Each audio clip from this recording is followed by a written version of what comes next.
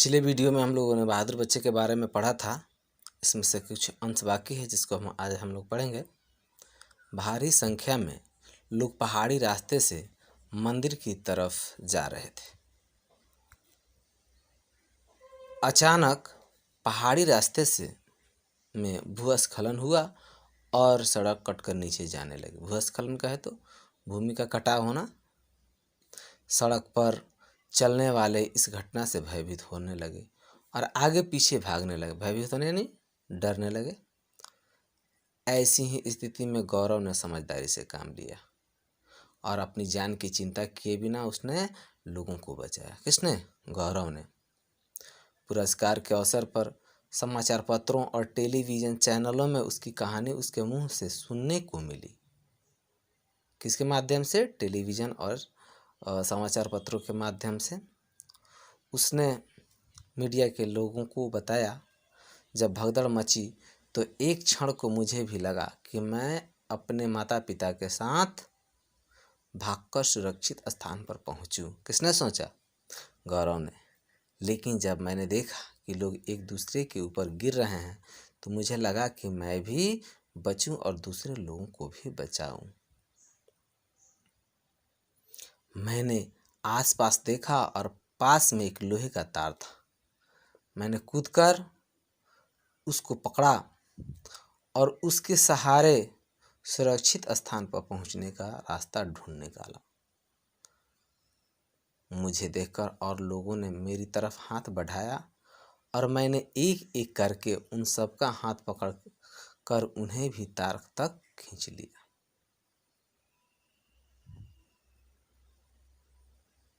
इस तरह हम 60 लोग उस पर लटक रहे थे। किस पर? तार पर। पास में एक टीन की छत थी। छत किसकी थी? टीन की। हम तार के सहारे लटकते हुए छत तक पहुंचे। छत पर चढ़कर नीचे समतल पर उतर गए। समतल कहें तो बराबर भूमि पर। इस भगदड़ में सैनिक की बहन और एक दूर के भाई की मृत्यु हो गई थी। सैनिक की बहन सगी बहन थी और दूर के भाई यानी रिश्ते में भाई लगता था, उसकी मृत्यु हो गई थी। फिर भी गांव को इस बात की खुशी है कि उसके कारण 60 लोगों की जान बची। किसके कारण? गौरव के कारण। मीडिया के सामने उसने फिर से कहा कि मैं एक दिन भारतीय सेना में जाऊंगा और जहां तक हो सके लोगों की जान बचाने की कोशिश करूंगा। ये बात गौरव ने कही। इस प्रकार की एक लड़की है 10 वर्ष की, मैबम प्रीति देवी।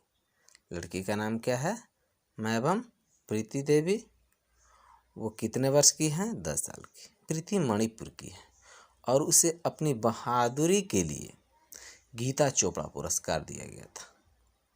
वह अपनी माँ के साथ अपनी किराने की दुकान पर बैठी थी। दिन शांत था।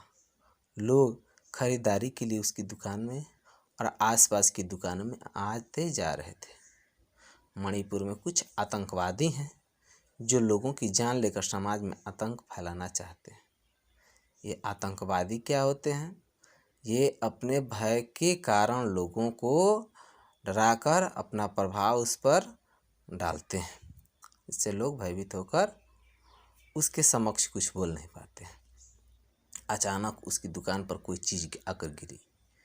प्रीति ने सोचा कि शायद किसी आतंकवादी ने परेशान करने के लिए पत्थर फेंका है। जब उसने गिरने वाली वस्तु पर नज़र डाली तो उसकी जान सूख गई। किसकी? प्रीति की। यद्यपि वह केवल 10 साल की थी।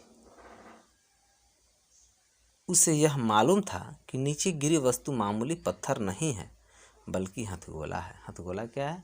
हाथ से मानव निर्मित हाथ से बनाया गया बम। जब हथगोला फेंका जाता है तो गिरते ही फट जाता है, लेकिन कभी कभी वह धीरे गिरे तो फटने में थोड़ा समय लेता है। प्रीति को मालूम था कि यह हथगोला कभी भी फट सकता है। समय हो सकता है कि वह उसे उठाए तभी वह फट जाए, लेकिन वह बिल्कुल नहीं डरी। उसे मालूम था कि उस हथगोले को उठाकर ऐसी जगह पर फेंक देना चाहिए जहां लोग न हो। वह जानती थी कि अगर हथगोला दुकान पर फटेगा तो वहाँ खरीदारी के लिए आसपास जमा सैकड़ों लोगों की जान जा सकती है। बिजली की कौद की तरह वह लपकी। उसने हथगोला हाथ में उठाया, भागकर वह पास के मैदान की तरफ गई और जोर से हथगोले को बीच मैदान में फेंका। लेकिन लेकर भागने के उसके प्रयास में ही हथगोला सक्रिय हो गया था और हाथ से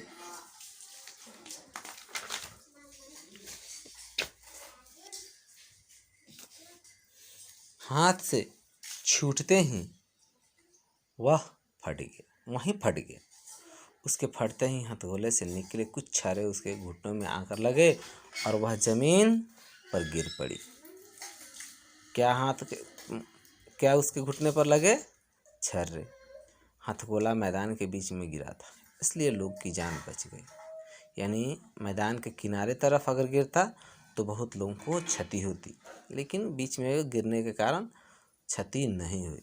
प्रीति को अस्पताल में दाखिल कराया गया।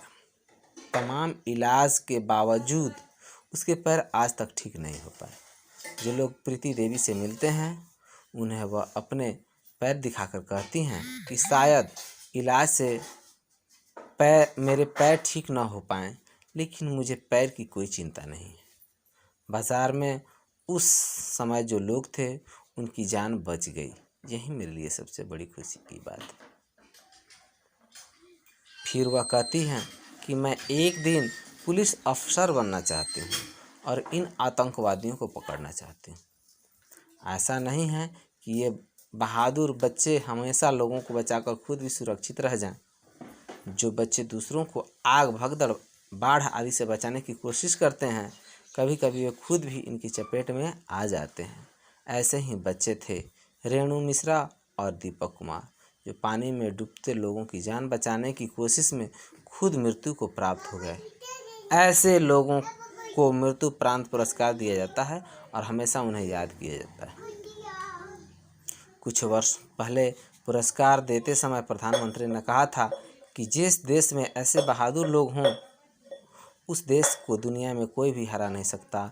इन बच्चों के और ऐसे ही अन्य लोगों के कारण हम देश हमेशा तरक्की करता रहेगा।